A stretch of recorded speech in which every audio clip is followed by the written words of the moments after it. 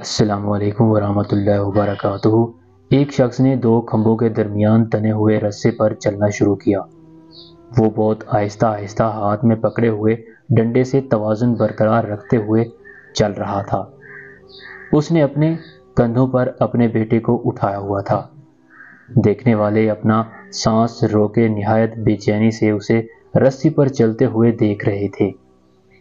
جب وہ آہستہ آہستہ چلتا ہوا دوسرے سرے تک پہنچ گیا تو سارے لوگوں نے زور و شور سے تالیاں بجائیں اور اسے داد دی۔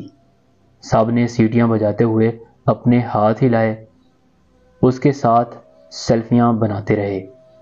اب اس نے سارے لوگوں کو مخاطب کرتے ہوئے کہا کہ کیا آپ کے خیال میں اب رسی کو اس سمت سے دوبارہ اس سرے تک پار کر سکتا ہوں؟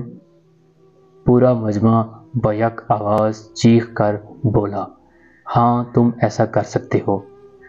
اس نے دوبارہ ان سے پوچھا، کیا آپ کو مجھ پر بھروسہ ہے؟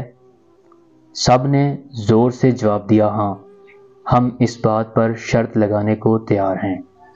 اس نے کہا، اچھا تو پھر تم میں سے کوئی ایک میرے کندھوں پر بیٹھے گا اور میں اس رسی کو پار کروں گا، میں اسے دوسرے سرے تک بحفاظت پہنچاؤں گا۔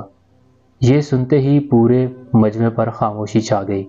دراصل عقیدہ ہونا ایک چیز ہے اور بھروسہ ہونا دوسری چیز ہے۔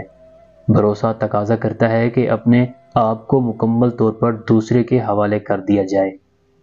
آج ہمارا سب سے بڑا مسئلہ یہی ہے کہ اللہ سبحانہ تعالیٰ پر ہمارا ایمان تو ہے مگر اس ذات پاک پر اس کے مطابق بھروسہ نہیں۔